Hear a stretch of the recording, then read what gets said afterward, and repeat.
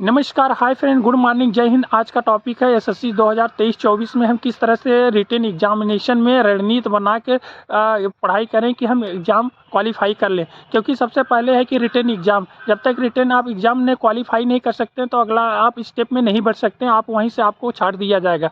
तो फ्रेंड्स, हम आगे बढ़ते हैं, समय नहीं जाया करते हैं, रिटेन के बारे में रणनीति बनाते हैं कि किस तरह से आप लोग तैयारी करें। तो फ्रेंड्स, टाइम बहुत कम है। जैसे आप लोग को मालूम है कि जो 26,146 पद है उसका एग्ज़ाम होने वाला लगभग मार्च में हो जाएगा। तो आपके पास टाइम लगभग 2 महीने हैं। तो 2 महीना बहुत ज़्यादा टाइम नहीं है। आपको ऐसे देखते देखते 2 महीना कैसे निकल जाएगा आपको पता नहीं चलेगा। फिलहाल जो आवेदन नहीं किए हैं, आप जाके एसएससी में तैयारी, आपको वर्दी पहनना या वर्दी पहनने का जोश है तो आप अभी से जाके ऑनलाइन कर सकते हैं। अभी जो 31 दिसंबर तक उसका आवेदन है और 5 दिन लास्ट मिलेगा जिसमें करेक्शन करने के लिए, तो आवेदन कर सकते हैं। आगे बढ़ते हैं। आप इसमें हम बताएंगे रिटेन सिलेबस किस तरह से आएगा। तो जिसमें हम 4 सब्जेक्ट से आएगा और इसके बारे में बताते हैं। जीके से 20, रीजनिंग से 20, मैथ से 20 और इंग्लिश या हिंदी में से चयन करना पड़ेगा 20। टोटल 80 क्वेश्चन होगा जिसमें हमें 60 मिनट में करना है और 102। यहीं से पता चलता है कि आपको टाइम कम दिया जा रहा है और क्वेश्चन ज़्यादा है। तो और इसमें मार्किंग भी है माइनस का। तो आप अगर एक क्वेश्चन गलत करते हैं तो 0.205 नंबर काट लिया जाएगा। तो आप देख रहे हैं कि आपको टाइम भी कम है, क्वेश्चन ज़्यादा करना है, तो आप किस तरह से रणनीति बनाना पड़ेगा। तो टाइम भी बहुत कम है क्योंकि 2 महीने के बाद आपको एग्जाम में बैठना है। तो फ्रेंड, हम तो ये भी कहेंगे कि आपके पास अगर किसी के पास पैसा भी है, नज़दीक कोचिंग सेंटर भी, तो कोचिंग भी ज्वाइन कर सकता है। लेकिन हमारा सजेशन है कि कोचिंग करने से भी आपको सफलता मिल जाए, ऐसा नहीं देखा जाता। क्योंकि काफ़ी लड़के कोचिंग ज्वाइन करते हैं, उसमें सारे लड़के सेलेक्ट नहीं होते हैं। कारण यही होता है कि वो क्या होता है, कोचिंग कर लेते हैं लेकिन प्रैक्टिस नहीं करते हैं। हमारे कहने का मतलब, हम लोग भी एसएससी से क्वालिफाई हुए थे, लेकिन इसमें क्या होता है कि रणनीति बनाया जाता है कि आप अगर 1-2 घंटे आप कोचिंग करके आते हैं तो कम से कम 6 से 7-8 घंटा आप घर पे प्रैक्टिस करें।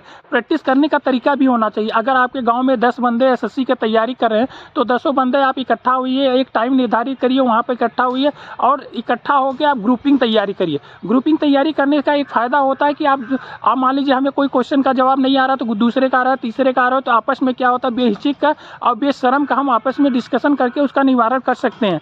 और दूसरी बात, तो हम प्रैक्टिस सेट उठाना है। प्रैक्टिस सेट 2 से 3 साल का प्रैक्टिस सेट उठाना है, उसको ज़्यादा से ज़्यादा प्रैक्टिस करना है।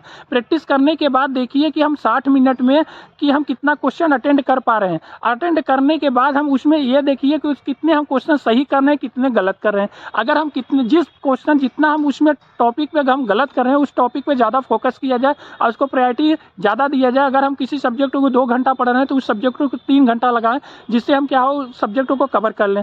तो और कोई होता है कि भाई बोलते हैं कि भाई कोचिंग में कि भाई ये सब्जेक्ट लो, हमारी एक क्लास अटेंड कर लो, उनका क्लास अटेंड करो। ऐसा कुछ नहीं होता है कि आप कोई भी किसी का ज़रूरी नहीं है। आप जब तक सेल्फ स्टडी कर रहे हैं, कोचिंग भी करने के बाद अगर सेल्फ स्टडी नहीं करते हैं तो आपको सफलता नहीं मिलेगा। इसीलिए हमारे कहने के मतलब, आप अगर बुक है तो आपके पास जो 10th 11th का बुक है तो हमें लगता है सफिशिएंट है। और अगर आप तैयारी भी कर रहे हैं तो आप उसमें सबसे पहले प्रायोरिटी देना पड़ेगा, हम किस नंबर से कितना ज़्यादा क्वेश्चन उठा सकें। अगर आपको मैथ और रीजनिंग की तैयारी करते हैं तो आपको मैथ तैयार होता है तो जाहिर सी बात है कि रीजनिंग भी तैयार हो जाएगा, क्योंकि दोनों का एक दूसरे से रिलेटिव होता है। तो आप कोशिश करिए मैथ और रीजनिंग से ज़्यादा क्वेश्चन, अगर इसमें हम 95% उठा लेते हैं दोनों सब्जेक्ट से, तो जाहिर सी है हिंदी और जीके में से उठा लेंगे और हमारा अच्छा परसेंटेज। हर लोग का सोचने का अलग होता है। बोलते हैं कि स्कोरिंग के बारे में ज़्यादा फोकस नहीं करते हैं, क्योंकि भगवान श्री कृष्ण अर्जुन को यह उपदेश देते हुए बोलते थे कि भाई आप तुम फल की चिंता मत करो। अरे भाई, जब आप खुद मेहनत करोगे तो फल आपके सामने ही आएगा। एक गीता में जो उपदेश है उसका हम मोटे देहाती भाषा में आप लोग को बताते हैं कि आप स्कोर के बारे में मत देखिए कि भाई 141 आएगा स्कोर की, 145 आएगा, इसके बारे में मत चिंता, छोड़ दीजिए। आप अभी से ये चिंता करिए कि हम कितने ज़्यादा सेट तैयार करें और किस तरह से पढ़ाई करें। कोई कहता है कि ये किताबें पढ़ लो, इनसे हो जाए, ऐसा नहीं होता है। किताबें सब एक ही जैसा है, किसी में लेसन आगे दे दिया है, किसी में पीछे दे दिया है, बस इतने है। पढ़ाने का तरीका भी सेम है, किसी का थोड़ा सा दूसरे घुमा, कोई हम सीधा बोल रहे हैं तो ये भाई हमारा है तो ये दूसरे टाइप से बोल देगा, लेकिन सब कुछ एक ही है, फार्मूला एक ही है, मतलब समझने का सिर्फ फेर है।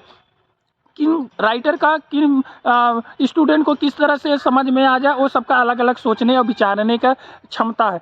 तो आपको जाहिर सी बात है कि हमारे कहने की मतलब है कि सबसे ज़्यादा आप प्रैक्टिस सेट तैयार करिए।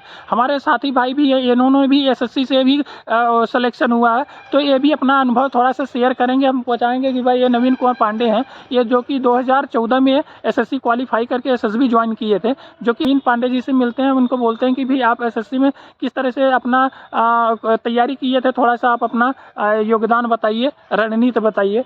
मैं भी 2014 में क्वालिफाई किया था, सेल्फ स्टडी किया था और उसमें 4 घंटा 5 घंटा मेहनत करना है और ग्रुपिंग करना है। ग्रुपिंग में ज़्यादा होता है कि 10 तरह का दिमाग होता है, उसमें करंट अफेयर पढ़ने के लिए तैयारी होता है। तो हमारे कहने का मतलब है, देखिए पांडे जी भी यही बता रहे हैं कि आप लोग ग्रुपिंग ज़्यादा तैयार करिए और कोशिश करिए अभी से एक सब्जेक्ट को कम से कम 2 घंटा टाइम जरूर दीजिए। आप एक सब्जेक्ट को 2 घंटा टाइम देंगे तो हम आपका 4 सब्जेक्ट एक दिन में 8 घंटा आसानी से पढ़ सकते हैं।